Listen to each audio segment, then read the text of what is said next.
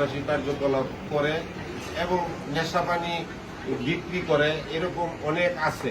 যেটা আমি শুধু শুনছি বা আমি বলতেছি এটা না, এটা অনেকেই জানে, আপনারাও জানেন। আপনাদের মধ্যে থেকেও আসলে করিম ভাইও একটা হুঁশিয়ারি দিছে। আমি করিম ভাইয়ের সাথে একমত পোষণ করে বলে দিতে চাই, এই বিষয়টি হলো করিম ভাই বলছে 15 দিন, আমি আরো 15 দিন বাড়ে 1 মাস সময় দিয়ে যাইতেছি।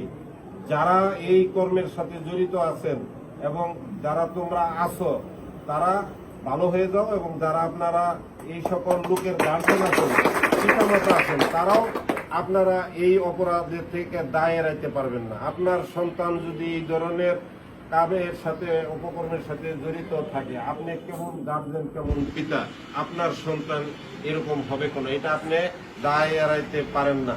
আমার দৃষ্টিতে আপনিও বিদ্যুৎ হবেন। 1 মাস সময়ের মধ্যে যদি এগুলো পরিবর্তন না হয়, ভালো না হয়, নিজ নিজ দায়িত্বে ভালো হয়ে যাওয়ার সুযোগ দিয়ে গেলাম।